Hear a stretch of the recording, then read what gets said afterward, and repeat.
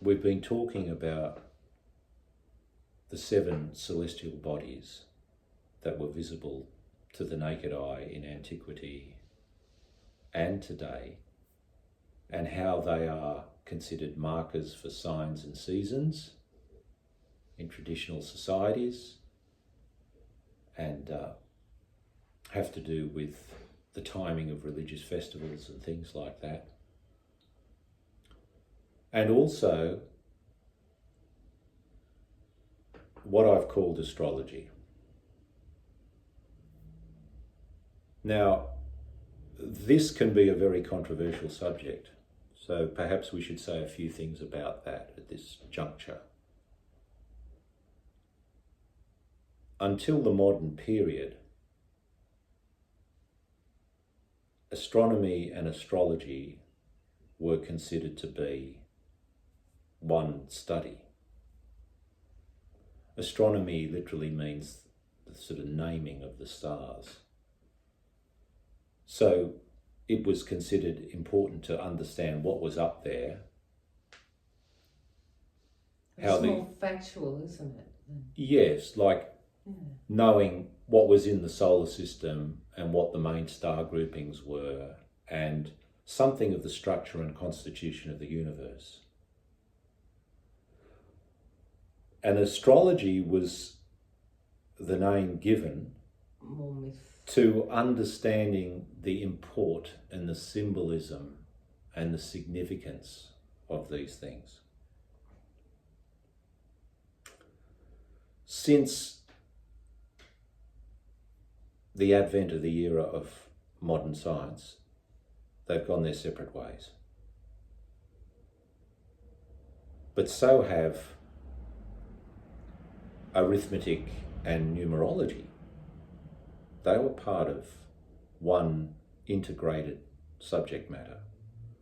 And so has, let's say, chemistry and alchemy. They were part of one integrated subject matter.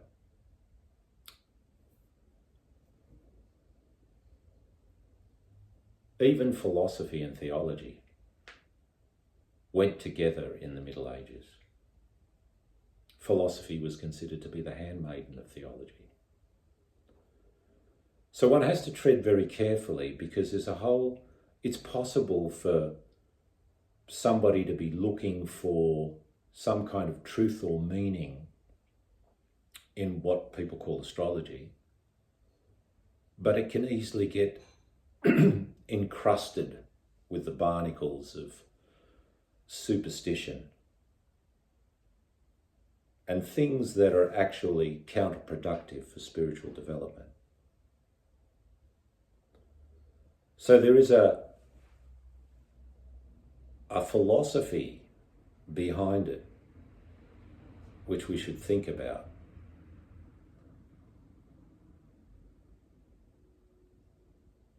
This study goes off the rails in a number of ways. One way is thinking that everything is determined by what's going on in the heavens.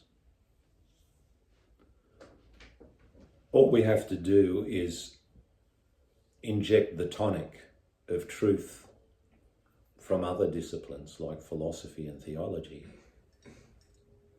to remedy this mistake. Because we know that humans have free will.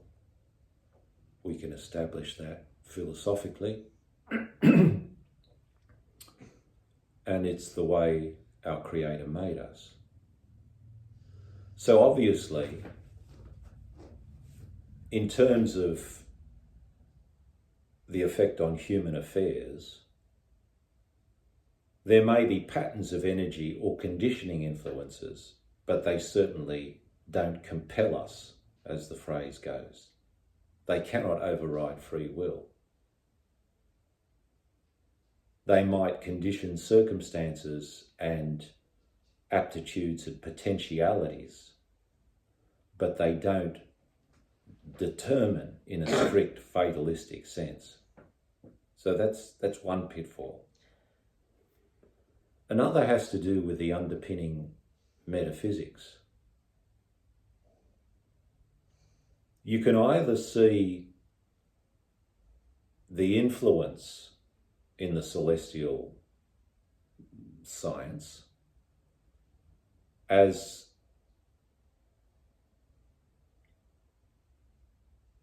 related to secondary causation or efficient causation, or you can see it more synchronistically. What do I mean by that? Well, we can say that the first cause, that's the Creator, who is in control of everything that takes place on planet Earth, all that concerns us. But he works through intermediate causes.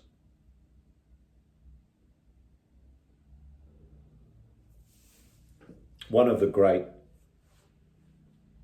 philosophers, maybe the father of Arab philosophy and astrological thinking as well, a man by the name of Al-Kindi, who was at the forefront of the translation movement in ancient Baghdad during the Abbasid dynasty in the 800s, when the works from ancient Greece were being translated into Arabic, and then they were translated into Latin, and then it was through the Arabs that the works of antiquity came into Europe and influenced the European philosophers. So Al-Kindi was a polymath. He was one of those geniuses that could think in many modes, many modalities, like Leonardo da Vinci. He would write on medicine and music and astronomy and philosophy, and he was a devout Muslim as well. And he produced a treatise about the stellar rays, saying that there were rays or streams of energy which were essentially secondary causes or efficient causes set in motion by the Creator, but mediated by the celestial bodies, which then played into the Earth sphere.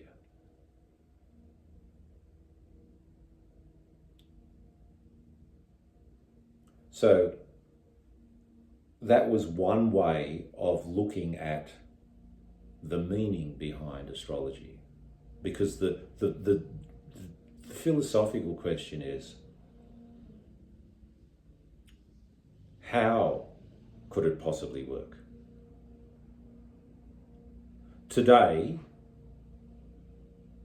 in our modern technological age, astrology is often dismissed, understandably. It's bunkum. But in ancient and medieval times, most people didn't question that it had some relevance and meaning and application. Their curiosity was more in terms of how these influences were felt. How could it be true? How could it work? So that causal connection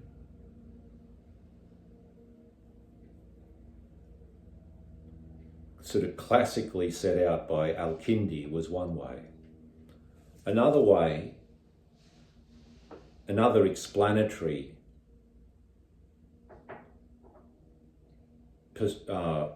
approach was the Hermetic approach, named after the ancient Egyptian sage of legend, Hermes Trismegistus, with the dictum, as above, so below. Here the idea was that there's no causal connection. There doesn't have to be a causal connection. There doesn't have to be an influence, whether it be energetic or heat or passing from the planets to the Earth for there to be some meaning in astrology. It's just that the heavens and the earth mirror each other, and there seems to be a correspondence between what happens on the earth and in the affairs of men and what's happening in the sky. And we're told also in the scriptures that we should look for signs.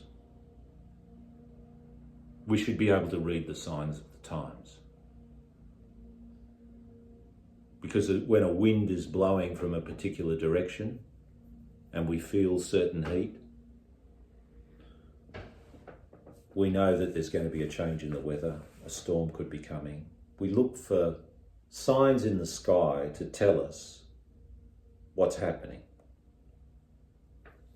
And so we can do culturally as well.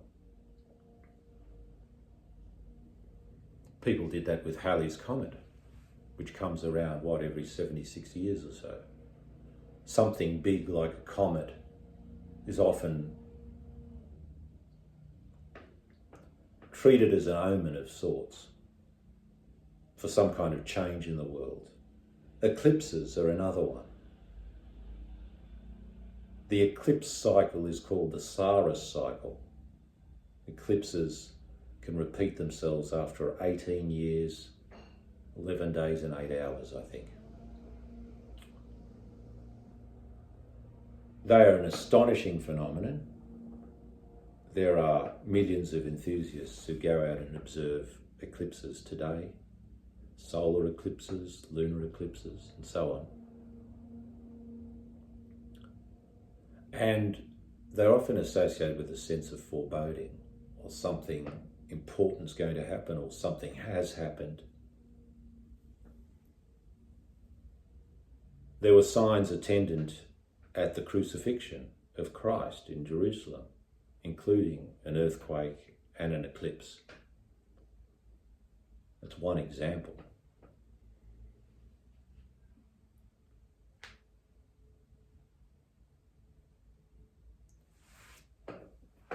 So, whether we prefer the causal explanation, secondary or intermediate causes, and I think Al-Kindi used an example of a bowman, bow and arrow.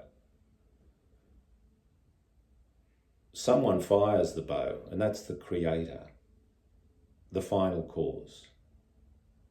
He knows the whys and the wherefores, why things are set into motion. But the efficient intermediate cause is the arrow being released from the bow. And it mightn't be proximal, it might not be near the target. It might be released from afar, as it were, just as an arrow can leave a bow and have a considerable distance to traverse to a target. So Al-Kindi was imagining that an influence could leave the stellar bodies and have some effect on Earth. So that's one explanatory approach. And the other explanatory approach is that things going on in the sky and things going on in the land are just synchronized. They correspond with each other and they reflect each other. Presumably because both of them are caused by something more fundamental, underlying both, that make both happen. See, if A and B are happening at the same time, either A can cause B or B can cause A, or maybe A and B are both have a common cause in C. And C is causing A and B to manifest, and A and B tend to reflect each other. And this sky-ground correspondence is borne out in the traditions and mythologies of peoples around the world. We talked about the circle of the zodiac. Well, there's the other great circle or pathway through the sky called the Milky Way. That's that band of concentrated stars that we can see on a clear night. It's like a slice of our galaxy. We're looking towards the center of the galaxy. That's why we have a concentration of stars.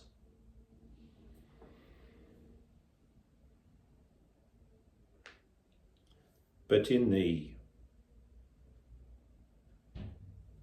Adelaide Plains, Australian Aborigines have imagined a river and grasslands, and Aboriginal tribes in New South Wales have seen stars as campfires by the river. The Milky Way is often associated with a river. If we go to India, it's the celestial Ganges. If we go to Egypt, it's the celestial Nile.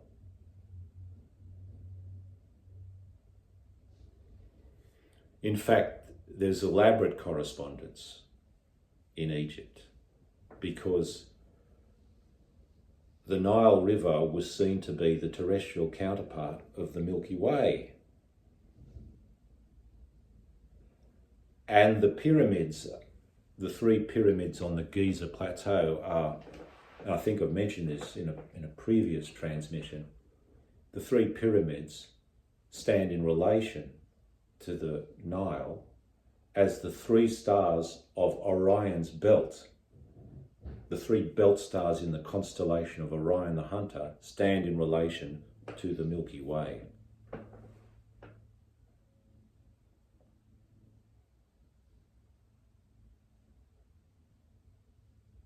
Now, the Milky Way in antiquity,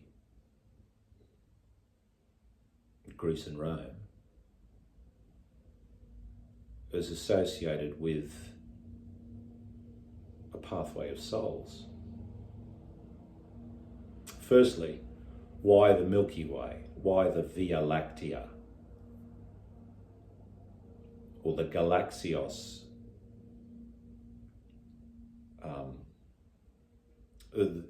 It's a Milky Way, a Milky pathway. In the Greek mythology, Hera, who is the consort of Zeus, breastfed the infant Hercules. When she realised it was Heracles, whom Zeus had fathered on a mortal woman in one of his many infidelities, she pulled him off the breast, and the milk from her breast spurted out and produced the Milky Way. Very picturesque. But the Milky Way, as I say, was associated with souls of the dead and souls of those about to be born. In the Native American tradition, it was as well. The poet Henry Wadsworth Longfellow wrote Hiawatha's Childhood, and in that poem he describes the Milky Way as the broad wide road in heaven, pathway of the ghosts and shadows, running straight across the heavens, crowded with the ghosts and shadows. The ancient Roman author Macrobius saw 2 portals where the Milky Way intersected the zodiac. As I say, these are the 2 circles.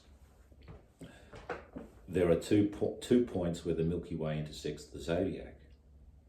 one of these points was like really important to the ancient Egyptians. It was an area of the sky called the Duat, D-U-A-T.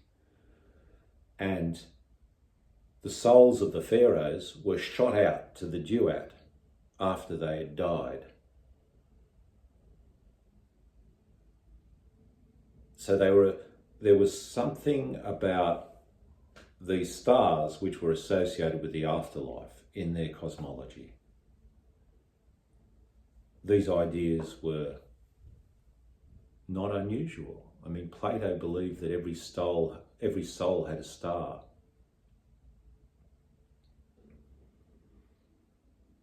Now, Macrobius wrote that there are two portals because there are two areas where the Milky Way and the zodiac intersect. And what that zodiacal position is varies from age to age because of a phenomenon called the precession of the equinoxes, which I'll get onto presently. But for now, let's just say that in our present time, these two areas of intersection of the zodiac and the Milky Way align with the solstices, the Cancer solstice and the Capricorn solstice. Now, Cancer and Capricorn are the names of the tropics of the Earth, 23.5 degrees north and south of the equator. We have the Capricorn solstice running through Australia, runs like through Rockhampton, roughly, and the Cancer solstice in the Northern Hemisphere. So at the Cancer solstice, which occurs around the 21st, 22nd of June, it is the longest day in the Northern Hemisphere, but it's the shortest day in the Southern Hemisphere. Whereas at the Capricorn solstice, around the 21st, 22nd of December, it is the longest day in the Southern Hemisphere and the shortest day in the Northern Hemisphere.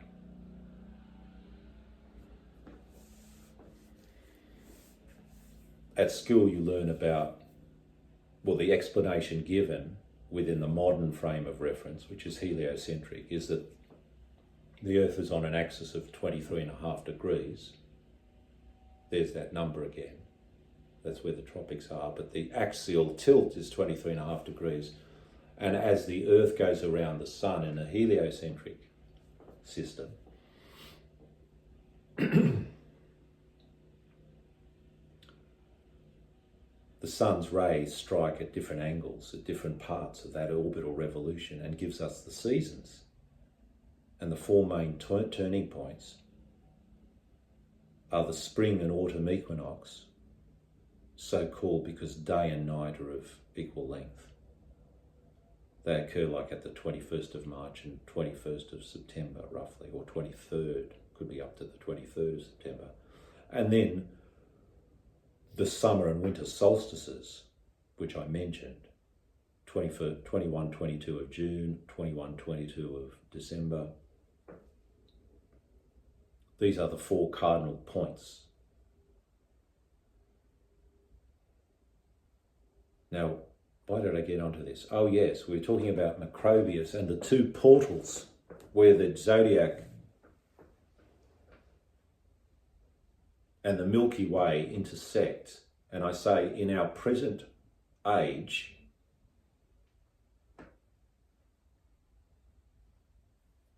the Capricorn solstice, or the solstices, Capricorn and Cancer, are the points on the zodiac that are intersecting with the Milky Way.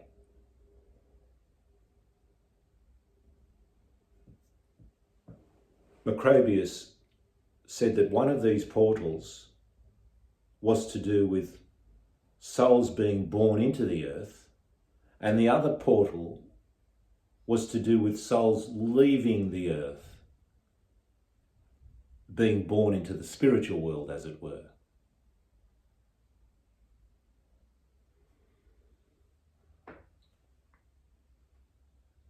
So it's interesting how these astronomical locations became associated in the mind of these ancients with passages of birth and death. And in other religious systems, the descent of the soul to be born was associated with coming down through those Ptolemaic levels and acquiring attributes that were conferred by the different planets, like a set of vestments, attributes that would be used in one's life on Earth. Now, there's another point of interest here. The Capricorn solstice, which is where the zodiac and which is one of the portals where the zodiac and the Milky Way are intersecting, is in our time lined up with the centre of the Milky Way galaxy.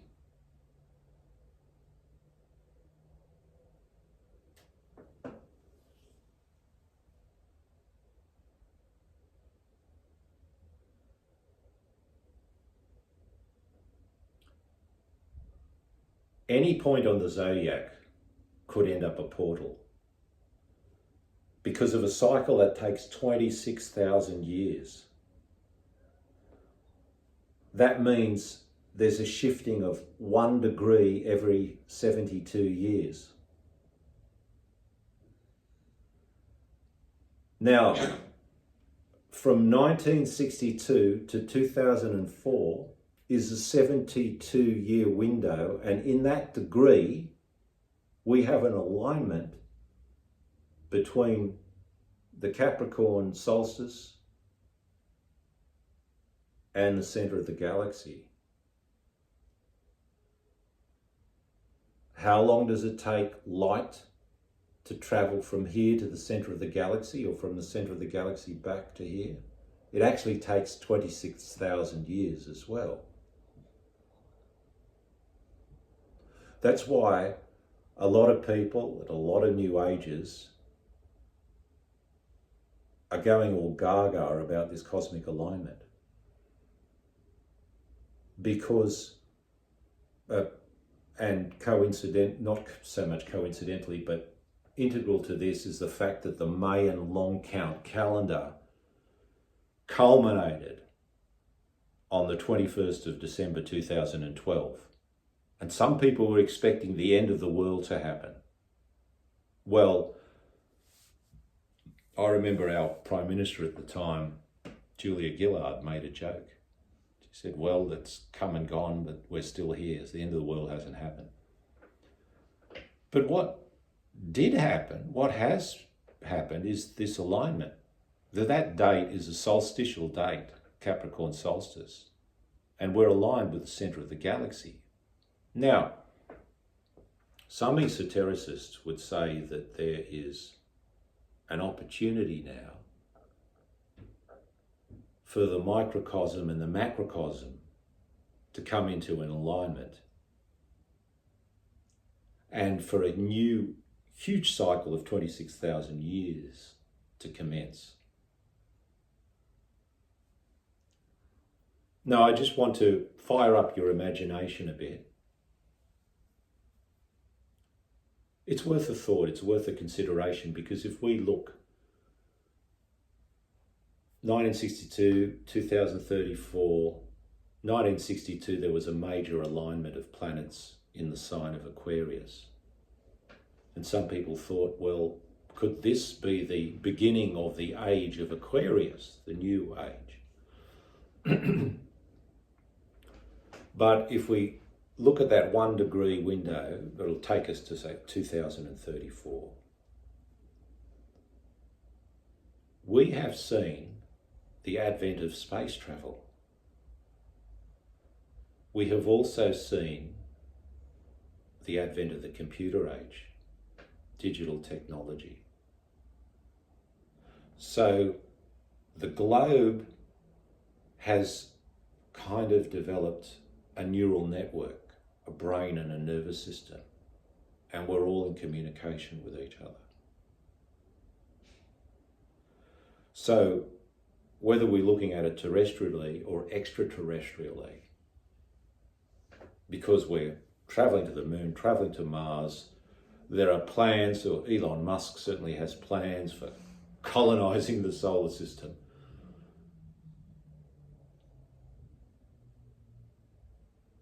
And things are moving very fast in this internet space age, which are Aquarian in terms of their correspondences and rulership.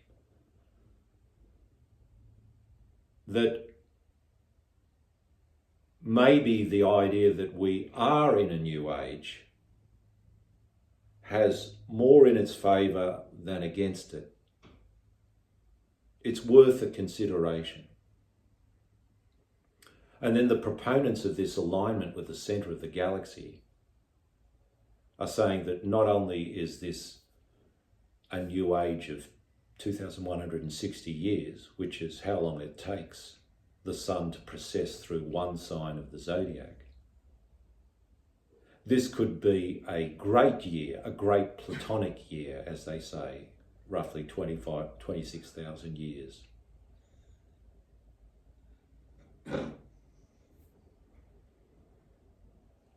Now, in a heliocentric framework, the way they explain precession is that the Earth, as it rotates on its axis, this axis also wobbles and describes a circle.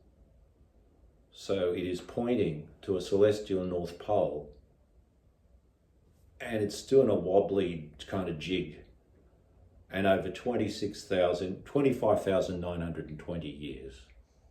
Is a bit closer to it, but we say 26 is a round number. That axis moves around the circle, and it's pointing to different pole stars as it goes. Today, the pole star is called Polaris. It's in the constellation of Ursa Minor.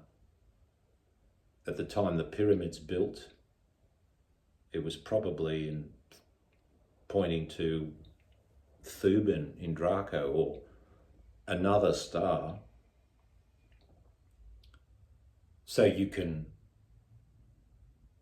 signify a point in history by naming the pole star, or by naming the sign on the equinox, or the sign on the solstice, because it's also a marker of precession.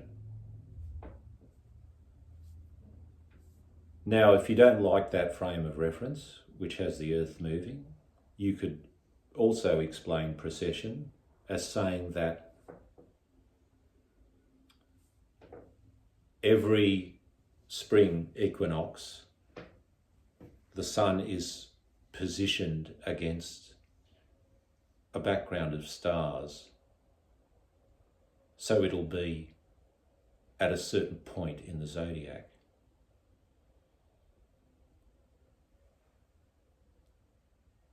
We know that the signs of the zodiac run Aries, Taurus, Gemini, Cancer, etc., all the way around to Aquarius, Pisces, and back to Aries. But with precession, let's say the precessional movement is backwards. It's kind of a recession. So the sun, in its monthly passage, goes through these signs that way, but precession is really slow and goes the opposite direction. So if today the sun is at its spring equinox at 0 degrees Aries, 72 years' time, it'll be at 29 degrees Pisces, there being 30 degrees in a sign. And then 72 years after that, it'll be at 28 degrees Pisces, and so on. So that vernal point, or vernal spring equinox, is said to precess back through the signs from Aries to Pisces to Aquarius and so on. That's why the Aries age takes us back to ancient times,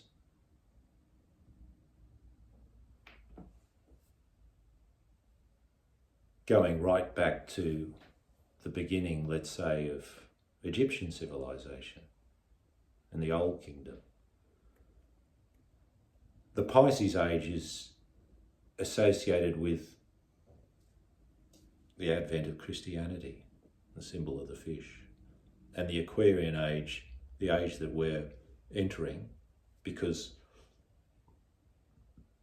the precessed sun at the spring equinox rises against the background of the Aquarian sign, or the cusp of Pisces and Aquarius. That's the age of telecommunication, the age of democracy, the age of invention, space travel, the internet, so on. The age of technology.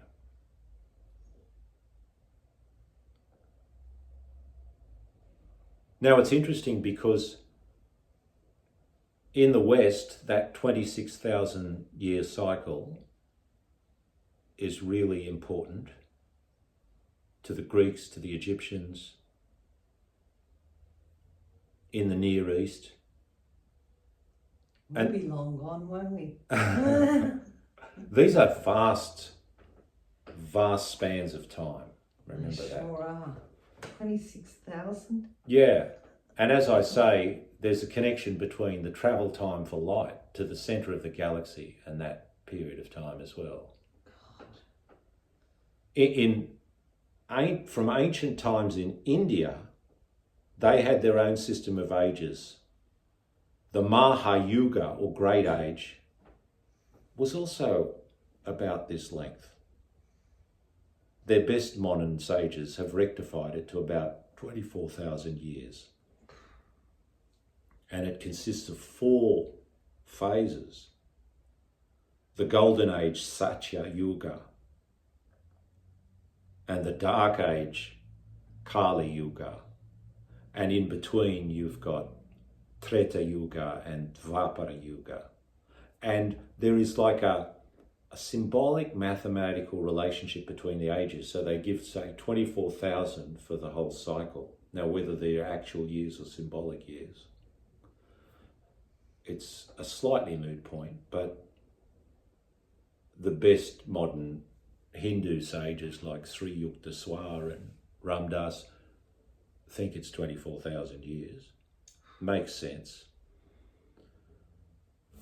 The Satya Golden Age, Enlightened Age, is 4 times the length of the darkest age, Kali Yuga. So Kali Yuga is like 1,200 years, and then Dvapara Yuga lasts for 2,400 years, and then Treta Yuga lasts for 3,600 years, and the Satya Yuga lasts for 4,800 years. So they go up on one side of the circle and come down on the other.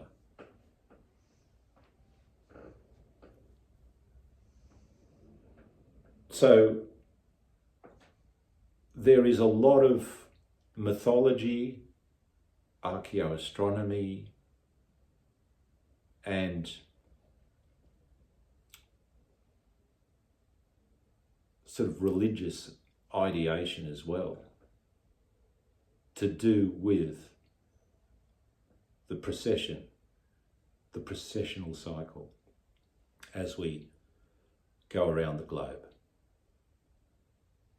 And there's a lot to think about there. There's a lot to fire up your imagination with. We'll leave it at that for now.